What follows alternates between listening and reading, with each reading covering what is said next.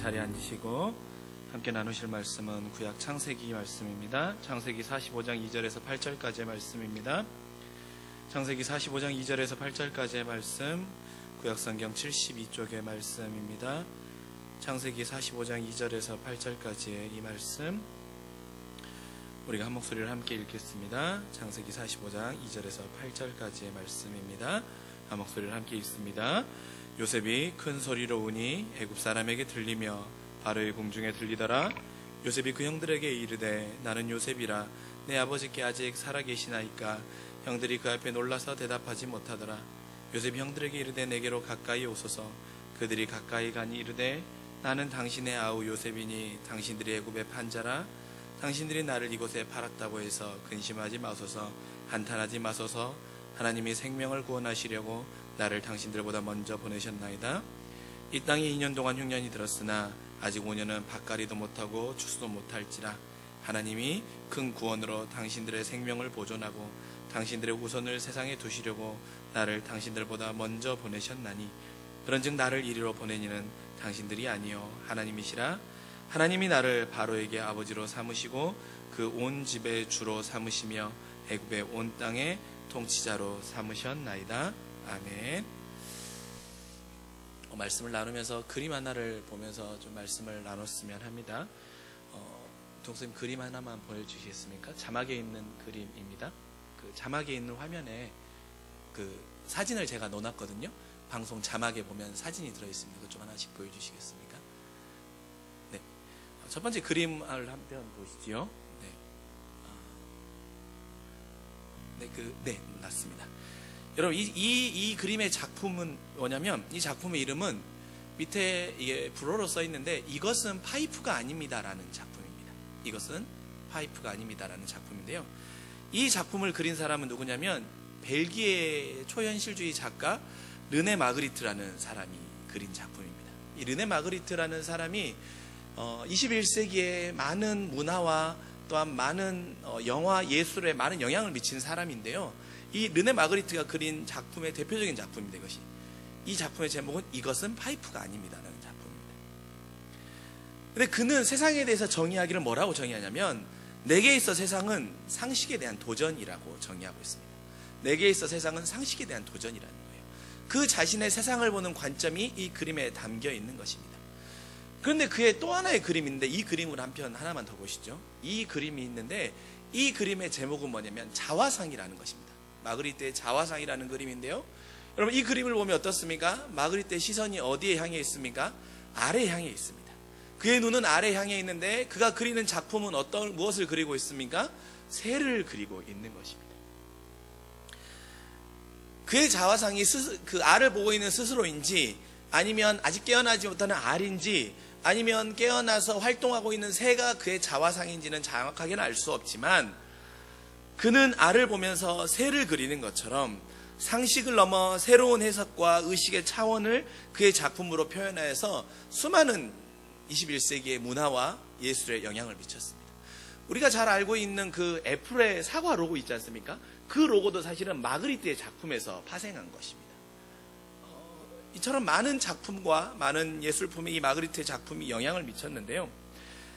마그리트처럼 내게 있어 세상은 상식에 대한 도전처럼 오늘 요셉도 사실은 세상의 상식에 대한 도전을 외쳤던 사람 중에 한 명입니다. 우리가 오늘 읽었던 본문 창세기 45장의 본문은 요셉이 형을 만나는 요셉의 인생의 가장 드라마틱한 장면이지요. 이 장면의 세상의 상식은 무엇입니까? 대갚아주는 것입니다. 복수해주는 것입니다. 그것이 세상의 상식이지요. 자신을 죽이려고 하고 애굽으로 팔아버림으로 인해서 영영 부모와 떨어져 살아야 했고 원하지 않았던 인생의 여정을 살아야 했던 요셉이 애굽의 총리가 되어서 형들을 맞이했던 이 장면의 상식은 복수와 대갚아줌입니다. 그래서 요셉이 칼을 쫙 꺼내서 너희가 나를 팔았던 형들인데 내가 너희가 나에게 행했던 원수를 아직까지 잊고 있지 않다라고 하면서 그의 목들을 다 쳐버리는, 어쩌면 이것이 상식이었던 시대였습니다. 그러나 요셉은 상식을 넘어섰던 사람입니다. 성경 전체에 손에 꼽힐 만큼 삶의 아름다운 해석의 믿음의 예술가의 모습을 보여주는 요셉. 오늘 우리가 이 말씀을 통하여서 오늘 설교 말씀의 제목처럼 사실은 하나이고 생각은 둘인 삶 가운데 우리는 어떤 길을 걸어가야 하는지, 또한 그리하여서 요셉이 보여주었던 삶을 가장 아름답게 최고로 해석하였던 그 모습의 믿음의 도전을 우리도 그렇게 살아갈 수 있는 믿음의 도전을 받는 이 시간이 되기를 소망합니다. 여러분, 요셉은요, 성경에 보면 그 어느 사람보다 절제력이 아주 뛰어난 사람이었습니다. 요셉은 보디발의 아내로 누명을 쓰고도 그는 아무런 말도 하지 않았지요. 또한 어떻습니까? 감옥에서 왕에게 술과 떡을 올리는 관원들이 자신을 잊어버리고 자신의 덕택으로 그들이 감옥을 나가게 되어서 잊어버렸다고 해도 아무런 내색도 하지 않았습니다. 심지어 흉년으로 자신의 형들이 애굽에 내려와 곡식을 얻고자 할 때에도 그 형들의 얼굴을 보면서도 표정 하나 변하지 아니하고 자신이 애굽의 총리인 것처럼 아무 내색하지 않았던 사람, 어찌 보면 무서울 정도로 절제력과 그의 감정을 표현하지 않는 사람이 요셉입니다. 여러분, 성경에 보면요, 요셉이 울었다고 하는 이야기가 8번 나옵니다. 요셉이 울었다는 이야기가 8번 나오거든요. 근데 요셉이 8번 울었다는 이야기가 나오는데 다른 본문들에 보면 어떠냐면 요셉이 그의 감정을 추스리 못해서 울잖아요. 그러면 어떻게 하냐면 모든 사람을 물립니다. 오늘 본문에도 나오는 것처럼 모든 사람을 물려요. 그리고 울고 나서 울지 않았던 것처럼 자신의 얼굴을 단정하고 다시 나옵니다. 그처럼 감정을 잘 드러내지 않는 사람이에요. 그런데 유독 오늘 본문 45장에 나오는 이 본문을 보면 요셉은 자신의 감정을 억제하지를 못하는 것입니다. 어찌할 수 없는 자신의 감정의 격정과 동요로 그 울음이 얼마나 컸던지 바로의 궁까지 들렸다라고 성경은 기록하고 있지 않습니까? 근데 여러분, 여기서요, 요셉의 울음이 바로의 궁까지 들렸다고 한다는 말은 요셉이 엄청 크게 울어가지고 그 울음소리가 그 궁까지 들렸다라고 하는 그 의미보다는 어떤 의미이냐면, 그렇게 자신의 감정을 드러내지 않았던 요셉이 한참 울고 울으면서 그 울음이 멈추지 않는 소식이 바로의 궁까지 전해질 정도로 요셉이 감정을 드러내고 그 감정의 경랑이 일어났다라는 것이 사람들에게 회자될 정도의 정말로 흔치 않은 일이었다라는 것을 표현해주는 이 표현 방법인 것입니다. 이처럼 요셉의 격정은 모든 사람에게 낯설었었던 것입니다. 그런데 여러분, 요셉이 그렇게 자기의 감정을 잘 절제하고 억제하고 고난 가운데도 인내하고 참는 것이 습관이 되어 있었던 그가 이렇게 그 감정을 주체하지 못했던 이유는 무엇입니까? 44장과 오늘의 본문을 보면 그 답을 찾을 수 있습니다. 그것은 바로 아버지가 여전히 자신을 잊지 않았다는 그 사실 때문입니다. 여러분, 요셉이 형들을 만나서 자신이 요셉임을 밝힌 다음에 가장 먼저 물어보는 것이 무엇입니까? 아버지가 살아계시냐는 것입니다. 아버지가 건강하냐는 거예요. 자신도 한 번도 잊지 않았던 아버지가 여전히 나를 그리워한다라는 그 말에 그 마음이 무너진 것입니다. 44장을 보면 요셉은 유다를 통해 아버지 야곱이 자신과 같은 어머니의 뱃속에서 태어난 베냐민에 대한 마음이 남다름을 듣게 됩니다. 어떻게 됩니까? 요셉이 베냐민을 데려오라고 하지요. 그런데 유다가 항변하지요. 뭐라고 항변합니까? 내 동생이 아버지와 떠나버리면 우리 아버지는 죽을 수밖에 없습니다. 우리 아버지에게는 아픔이 있는데 이 베냐민과 한 뱃속에서 태어났던 아이가 형이 있었는데 그 형이 어린 시절에 가축에게 찢김을 당하고 죽음으로 인해서 아버지에게는 그것은 큰 상처이고 아픔으로 여전히 남아있기 때문에 이 아버지는 그 한 뱃속에서 나왔던 베냐민에 대한 마음이 너무나도 애틋하고 끔찍하기 때문에 이 아들이 우리를 따라서 와버리면 아버지는 그새 가로 죽을 수밖에 없습니다. 아버지는 이 베냐민과 내가 하나로 다 있고 묶여있기 때문에 이 아들이 떠난다라는 것은 실로 상상할 수 없습니다라고 유다가 요셉에게 항변을 하고 있습니다. 그 대표적인 말씀이 44장 30절입니다. 아버지의 생명과 아이의 생명이 서로 하나로 묶여있다라고 유다는 요셉에게 말하는 것입니다. 내가 품고 있던 아버지에 대한 그리움이 나만 큰 줄 알았는데 아버지도 나를 한시도 잊지 않고 계심을 알았기에, 그리고 나를 지켜주지 못하는 죄책감으로 평생을 사신다는 이야기를 들을 때 그는 마르지 않는 눈물과 울음이 터졌던 것입니다. 때로는 그 삶 가운데 너무나도 비참하고 너무나도 외롭고 너무나도 공고할 때 아버지에 대한 서러움과 아버지에 대한 서글픔도 잠시 있었을 것입니다. 그때 아버지가 형들과 나를 똑같이만 대해줬다라고 한다면, 그래서 내가 특별히 더 잘난 사람이 아님을 알았다라면 내 인생 이런 어려움이 없었을 텐데, 혹시 아버지는 나를 잊어버리신 건 아닐까? 아버지는 나에 대한 그리움이 여전할까? 그 마음 가운데 외롭고 힘들 때마다 아버지를 떠올리며 여러 가지의 감정이 그의 마음을 경랑했었을 것입니다. 그리고 그 아버지는 내가 애굽 땅에서 버틸 수 있는 하나님과 더불어 내 혈육의 유일한 힘이었었을 것입니다. 왜냐하면 요셉은 아버지에게 받았던 그 사랑을 잊을 수가 없었기 때문이죠. 그런데 그 아버지는 나를 여전히 잊지 않고 계셨던 것입니다. 나를 여전히 잊지 않고 계셨던 아버지가 나의 마음과 아버지의 마음이 같음을 알았을 때 요셉은 그 감정을 추스릴 수가 없었고, 요셉은 지금까지의 모든 삶의 보상을 받으며 위로를 받으며 그 마음의 응어리들이 해소될 수 있었던 것이죠. 여러분, 이것을 오늘 말씀의 제목에 적용해 봅시다. 사실은 하나, 생각은 둘입니다. 하나의 사실은 무엇입니까? 요셉이 아버지에 대한 이야기를 들은 것입니다. 그리고 운 것입니다. 이것은 사실입니다. 유다를 통하여서 아버지에 대한 이야기를 듣고 울었다는 것은 사실입니다. 그러면 두 가지의 생각은 무엇입니까? 하나의 생각은 아버지가 형들 앞에서 나만 특별히 사랑하는 마음을 조금은 감추셨다라고 한다면 내 인생이 이렇게 어렵지 않았을 텐데 하는 아버지의 원망의 생각이 하나입니다. 그러나 또 하나의 생각은 무엇입니까? 아버지가 여전히 나를 사랑하고 계셨구나, 미안해하며 그리워하고 계셨구나 하는 사랑의 생각이었던 것입니다. 요셉은 하나의 사실 앞에 두 개의 생각이 놓였을 때 그는 원망과 미움과 아버지를 탓하는 마음의 생각을 선택하는 것이 아니라 여전히 나를 그리워하고 여전히 나를 미워하고 눈에는 보이지 않는 나이지만 나를 사랑하고 있는 아버지의 그 사랑의 마음을 택한 것입니다. 그 사랑의 마음을 택할 때 요셉의 모든 마음 안에 있던 상처는 해소되었던 것이고 씻은 듯이 사라질 수 있었던 것입니다. 사랑하는 성도 여러분, 위로는 무엇으로 받게 되는 것입니까? 나를 기억해 줌으로 위로는 받는 것입니다.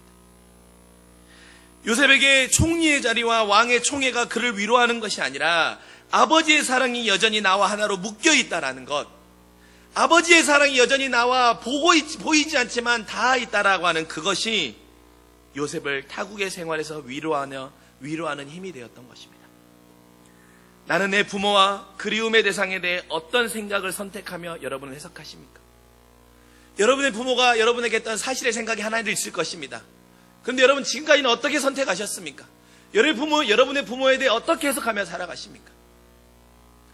제가 이번 주에 들었던 저에게 가장 정말 제 마음을 흔들고 제 뇌리를 흔들었던 말과 도전의 질문이 무엇이었냐면, 아버지에 대해서, 어머니에 대해서 질문하지 않기 때문에 잘 모른다는 것이었습니다.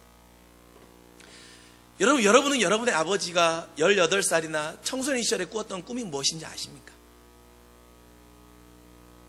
여러분은 여러분의 어머니가 청소년 시절에 무엇을 좋아했는지 아십니까? 여러분은 여러분의 어머니가, 여러분의 아버지가 여러분을 떠나보내고 때로는 여러분에게 아픈 말을 했을 때 어떤 마음을 가지고 계셨는지, 또한 여러분의 집과 형편의 상황 가운데 어려움이 처했을 때 여러분은 그 사실과 그 사실 앞에 어떤 생각을 선택하며 살아오셨습니까? 무능한 부모, 이기적인 부모, 나에게 폭력을 행하였던 부모, 아무것도 결정하지 못하고 우물쭈물대는 부모, 다른 사람들에게는 다 좋은 부모인데 우리 가족에게만큼은 누구보다도 좋지 않은 부모, 나의 아버지, 나의 어머니, 나의 남편, 혹시 여러분은 그렇게 선택하고 생각하며 사시진 않으셨습니까?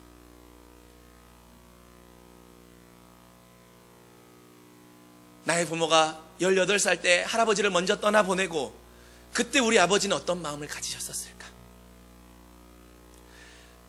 혼자서 3남매를 키우면서 할머니와 함께 살아가면서 장남으로 살아갔으면서 그때 그 외로움은 얼마나 크셨을까? 지금의 세월을 살아가면서 한 번도 아버지에게 물어본 적이 없습니다. 묻지 않았으니 내가 원하는 생각대로 나의 아버지의 삶을 평가하고 선택하고 규정지어버린 것입니다. 그래서 나의 아버지는 무능한 사람, 능력이 없는 사람, 화가 나면 술을 많이 먹고 가족들에게 폭력을 행하는 사람, 그렇게 답을 내려버린 것입니다. 하나의 사실 앞에 두 가지의 생각이 있는데 저는 그 생각을 선택한 것입니다. 그 생각은 우리를 결코 사랑으로 회복할 수 없는 것입니다. 사랑하는 성도 여러분, 여러분은 여러분의 가족과 여러분의 부모님과 여러분의 자녀 앞에 하나의 사실 앞에 두 가지의 생각에 놓여 있는데 무엇을 선택하시겠습니까? 사실은 하나, 생각은 둘.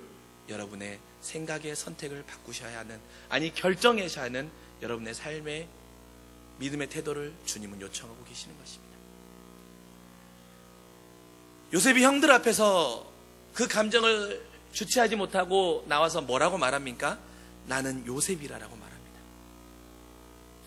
한 나라의 총리에게 고개도 들지 못하고 어쩔 줄 몰라 하는 그들의 귀에 자신의 모국어로 형님들 저는 요셉입니다라고 하는 말이 들린 것입니다. 여러분 생각해 보십시오. 요셉은 애굽의 총리로 살아갔기에 형들 앞에서 자기의 신분을 들키지 않고 자기를 숨겨야 했기 때문에 애굽의 말로 계속해서 대화했었습니다. 그런데 갑자기 요셉의 입에서 자신의 모국어로 형들이 알아들을 수 있는 그 말로 형님들 저는 요셉입니다라고 외쳤던 것입니다. 그 말을 들은 형들의 마음은 어떠했을까요? 엄청난 공포였었을 것입니다. 엄청난 두려움이었었을 것입니다. 죽은 줄만 알았던 요셉, 먼 다지로 팔아버려서 애굽의 어느 종이나 되어 있을 거라 생각했던 그 요셉이 자신들 앞에서 내가 요셉입니다라고 하는 우리의 모국어로 말할 때 그 말을 듣는 형들의 마음 가운데는 너무나도 큰 두려움과 충격이 찾아왔을 것입니다. 그래서 성경에는 3절에 뭐라고 말합니까? 대답도 하지 못하고 5절에는 형들이 근심과 한탄하고 있는 그 모습을 요셉은 보여주고 있습니다. 그래서 형들에게 근심하지도 말고 한탄하지 말라고 말하고 있습니다. 온몸이 굳어버린 그 형제들, 불안 가운데는 형들에게 요셉은 가까이 오라고 하며 형들을 안심시킵니다. 그리고 돌아가서 내가 평생 그리워하고 내가 어려울 때마다 버틸 수 있었던 나의 아버지와 동생을 데리고 와 애굽으로 오라고 합니다. 그래서 이곳에서 남은 흉년의 기간을 아무 문제 없이 살 수 있도록, 우리 가족들이 이 흉년의 어려움을 벗어날 수 있도록 부모님을 속히 모시고 오도록 형들에게 요청합니다. 내 인생에 가장 하고 싶었던 아버지에 대한 사랑의 효를 다하고 싶었던 것이지요. 당연히 죽음을 예상했던 형들에게 요셉의 이 반응은 가히 충격적이었을 것입니다. 형들에게 채근하지도 않고 원망하지도 않고 왜 그때 나를 팔아버렸냐라고 하는 그 한마디도 묻지 아니하고 근심도 하지 말고 원망도 하지 말고 속히 돌아가셔서 나의 동생과 아버지를 모시고 오십시오. 이제 사랑할 시간도 모자라니 형님들 우리 이곳에서 지금까지 나누지 못했던 회한의 정들을 풀며 살아가자라고 요셉은 형들에게 말하고 있는 것입니다. 당연히 죽음을 예상했던 형들에게 요셉의 그 말은 죄책감에서 해방되게 하는 사건이 되었습니다. 특별히 수많은 형제들 가운데 유다는 더했을 것입니다. 여러분, 많은 형제들 중에 요셉을 파는데 가장 결정적인 영향을 미쳤던 형제 중에 하나가 바로 유다입니다. 창세기 37장 26절과 27절의 말씀을 보면 더 잘 알 수 있지요. 그 말씀에 보면 유다가 뭐라고 말합니까? 요셉을 애굽으로 팔자라고 주도적인 그 의견을 제시했던 사람이 유다입니다. 그러나 유다는 그 이후에 지울 수 없는 죄책감을 사로잡힌 것이죠. 유다는 봤던 것입니다. 아버지가 요셉이 죽었다라고 한 뒤에 얼마나 슬퍼하고 얼마나 괴로워하고 얼마나 상심하며 홀로 밤마다 눈물로 지새우고 또한 그 요셉을 떠나보낸 그 마음을, 헛헛한 마음을 채우기 위해 베냐민에게 무엇보다 더 집착하였던 그 아버지의 모습을 유다는 보았을 것입니다. 그러므로 자신 안에 가지고 있는 죄책감과 아버지에게 쓰실 수 없는 거짓말을 했다라는 그 마음이 유다의 마음 가운데 평생의 짐으로 누르고 있었을 것입니다. 그래서 그는 동생 베냐민이 누명의 위기에 처했을 때 창세기 44장 33절의 말씀처럼 내가 당신의 종이 될 테니, 차라리 내가 당신의 종이 될 테니 내 동생을 보내달라고 간청하는 것입니다. 요셉을 잃고 고통스러워하는 아버지를 보며 그 책임을 지닌 자로 괴로움의 나날을 보냈기 때문입니다. 그런 그에게, 또한 그 외의 수많은 형들에게 요셉은 그 죄책감과 그 책임감에서, 또한 그 불안함에서 구속의 사랑으로, 하나님의 사랑으로 자유와 해방을 맛보게 해주는 것입니다. 사랑의 더 큰 파도를 일으켜서 되갚아주고 싶은 마음을 덮어버리는 것입니다. 여러분, 여기서도 하나의 사실과 두 가지의 생각이 드러납니다. 하나의 사실은 무엇입니까? 요셉의 말입니다. 나는 요셉이다라고 말하는 그 말이 하나의 사실입니다. 두 가지의 생각은 무엇입니까? 하나는 복수와 대갚아줌입니다.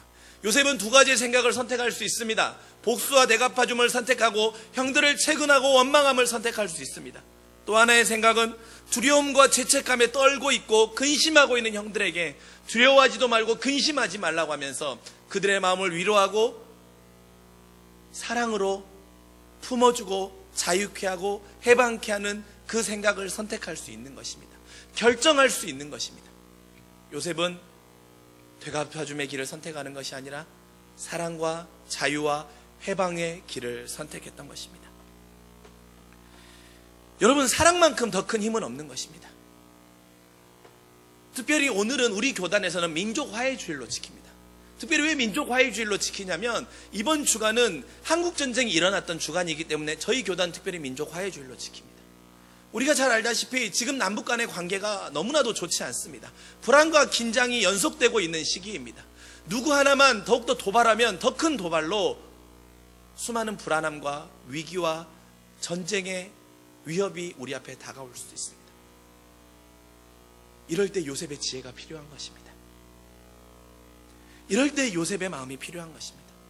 여러분, 특별히 우리나라와 우리 민족과 우리 모든 백성 안에 이 요셉의 마음을 품을 수 있도록, 그래서 사랑이 더 큰 사랑으로, 사랑이 더 큰 죄악을 덮을 수 있도록, 사랑이 더 큰 미움을 덮을 수 있도록 우리가 이 나라 이 민족을 위해 기도할 수 있는 저와 여러분 모두가 되실 수 있기를 간절히 소망합니다.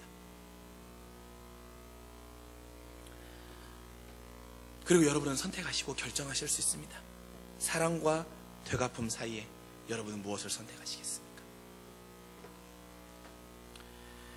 여러분, 그리고 나서야 요셉은 인생 최고의 해석을 보여줍니다. 저는 요셉을 제가 알던 어떤 목사님의 말을 표현하면 요셉은 정말 삶의 예술가예요. 삶의 예술가. 요셉은 오늘 본문에 나와 있는 말씀을 통해서 삶을 최고로 해석하는 모습을 보여줍니다. 요셉은 4절에 뭐라고 합니까? 형님들이 애굽으로 팔아넘겨버린 그 요셉이 바로 저입니다라고 말합니다. 그리고 5절의 고백입니다. 그것은 하나님이 형들보다 앞서서 나를 여기에 보내셔서 우리의 목숨을 살려주시고 살려주시려고 그렇게 하신 것입니다라고 고백하고 있는 것입니다. 하나의 사실, 형들이 애굽을 나로 판 것. 두 가지의 생각, 원망과 미움과 형들을 탓하며 책망하는 생각이 아니라 하나님이 나를 여기에 보내셔서 우리를 구원하시기 위해 나를 여기에 보내셨다라고 하는 것입니다. 그렇게 형님들, 나에 대해 미안해하지도 마시고 죄책감도 가지실 필요 없습니다.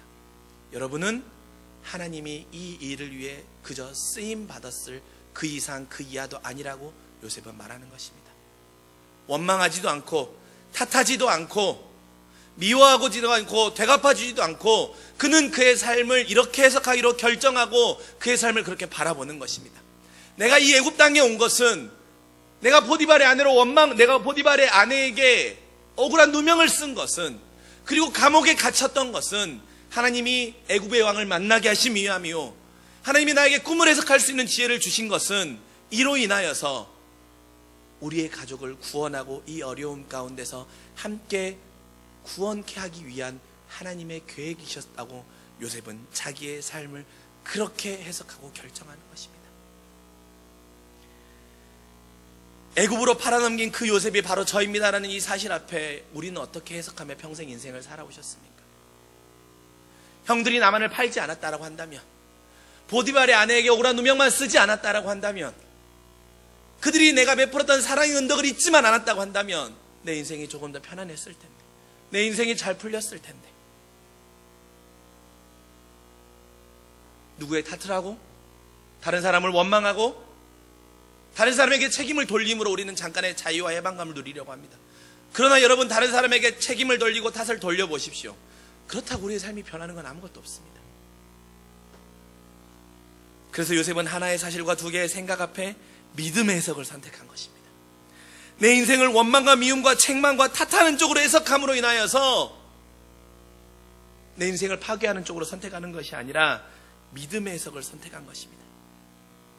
그는 그가 형들에 의해 팔려가며 아버지에 의해 보살핌으로 받았던 그것을 상징하는 채색옷이 찢긴 뒤로부터 내 삶은 하나님의 보살핌으로 이끌려감을 선택했던 것입니다. 그래서 원망과 미움 등으로 삶을 해석하거나 허비하지 아니하고